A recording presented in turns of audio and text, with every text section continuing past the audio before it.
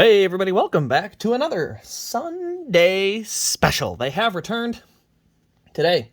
We are saying thank you and goodbye, I guess, kind of. Wishing Kurt Busch the best. So today's Sunday special will be focused on the Kurt Busch diecast that I have in my collection at the moment, because we are still waiting. There's one more coming. The Kansas win will be the last, at least as far as I know, the last car to come join that collection. So we are not counting the Air Jordan car in this, but we're kind of just going through and picking these cars that are, one, really cool race wins, but then two, they're significant to his career. So the first car on this list is this one. This is the 2018 Bristol Night Race Monster Energy car. This was honestly vintage Kurt Busch. And when I say vintage, I mean Kurt Busch gets damaged at some point in the race. They come in, they fix the car, he just keeps chugging along, and by the end of the race, he's in position to go out and win the race. And that's what he did. I mean, 2018 was a year where just a lot of different people led, a lot of different things took place, and by the end of the race, Kurt Busch found himself with a shot to win, and he went out and got it. And that's exactly what happened. So that was his only win of 2018, and it is cool too because we also have Monster Energy car. We only got that on the 41 for the race win this time, so yeah, pretty cool. But yeah, as far as significance, it is the Bristol Night Race. He was very good at Bristol. People just don't remember that because Kyle Busch was better at Bristol. But that was his best statistical track in terms of wins. He always performed really well there. Maybe not the best because he was also very good at Atlanta. Oh gosh darn it, I almost forgot something. Anyway, so yes, that one we're going to put here on that list. Next one I need to put on the list is, I think I said it here wrong. There it is. Had to make sure I found it. This is another Monster Energy car. This is the number 1. This is the car that won at Kentucky Speedway.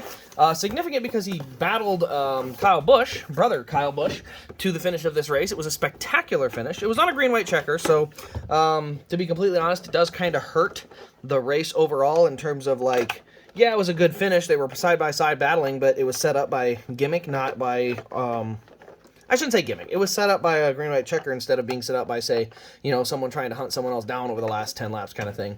But overall, it was a great race, had a cool memory. He actually had the crew ride to victory lane on that car, which I thought was just kind of neat that they, rode on the car. It was very old school, so I thought that was pretty cool that they had, that, and so they actually have the right side window poked out of this car. You can see it right here. And then it is the only win in the number 1 car that features Monster Energy, so those are the 2 Monster Energy cars that were allowed, and then they stopped producing them, so very unfortunate. All right, next car on the list. The final win with Chip Ganassi Racing. This is last year's car, the gear wrench one. And really, the race detail on this one's not all that stellar, but again, the significance of this one would be it was Chip Ganassi Racing's final victory. So a race team, final win for that race team. I find that significant, but yeah, this is one of those races that, Atlanta was a track like Bristol he was very good at. I mean, he won there a lot. So Atlanta and Bristol are 2 tracks that Kurt Busch he just knew how to get around there. He knew how to make a car run well there. It's a pretty good car in terms of, like, the paint scheme. The gear wrench car always looked pretty cool. You can see there's a lack of Monster Energy decals because, they don't get the approvals anymore.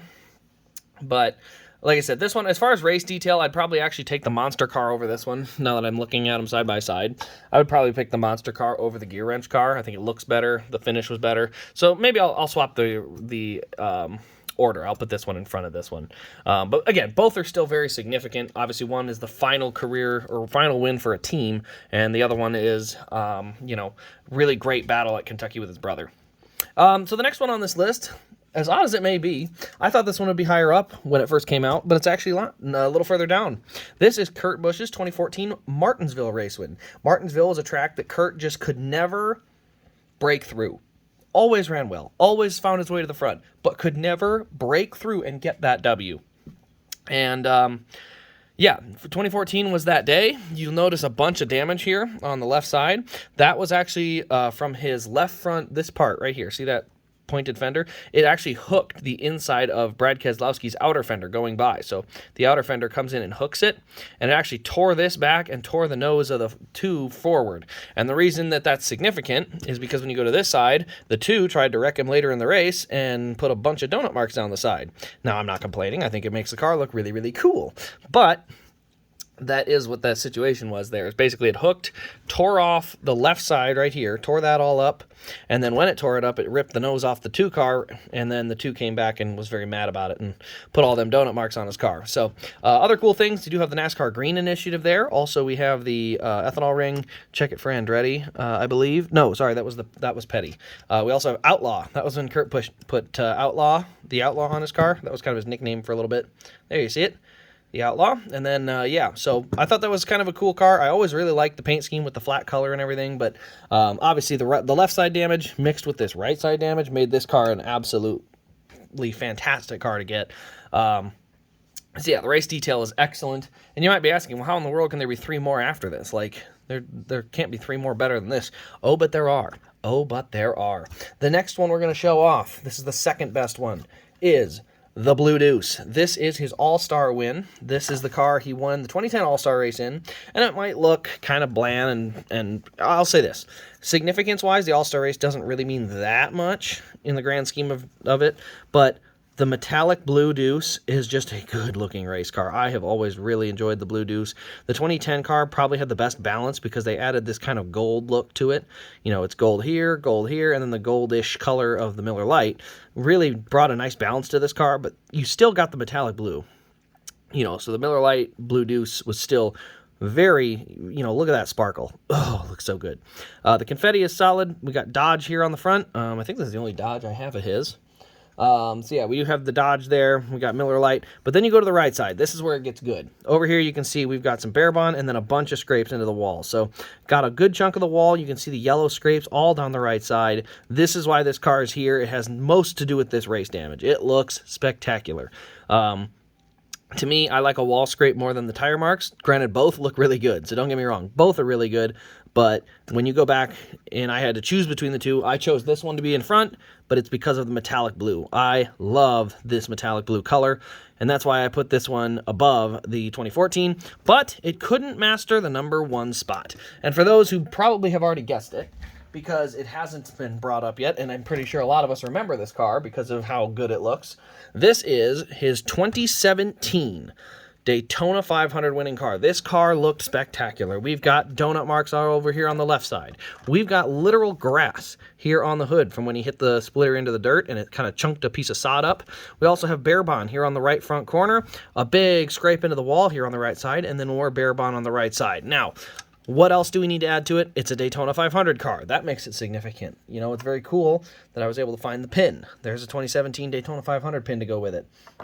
I didn't mention it, but I also did find the Bristol pin from 2018 and the Atlanta pin from 2021. So, yes, definitely, I would say my favorite car by far. I love the Daytona 500 cars. There's so much significance in that win from Daytona. Obviously, that counts as something as well.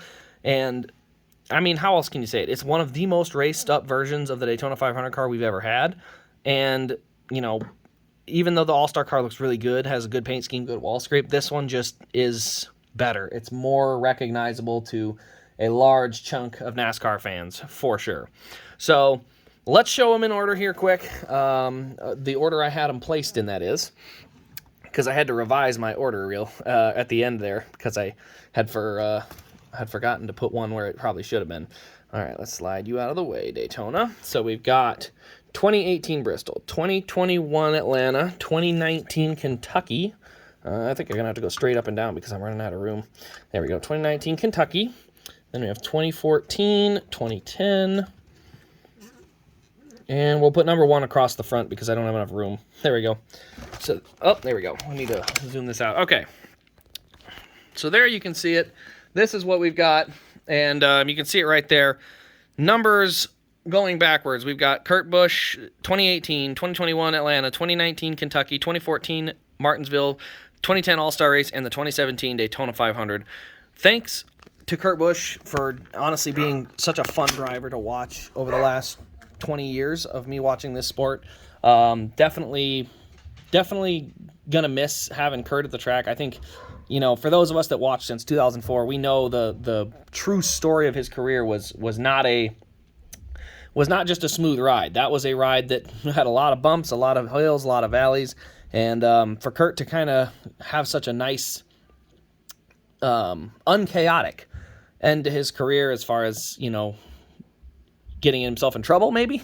I think that was just, it was really cool to see how he went from one of the more booed and disliked drivers to, by the end of it, he was one of the most liked drivers, and people really just enjoyed having Kurt around. There was almost net positivity behind Kurt Busch's name, and everyone really just enjoyed having, you know, having Kurt at the track. Didn't mind seeing him win and stuff, so it'll be different without Kurt next year, but that's kind of the era of NASCAR, you know?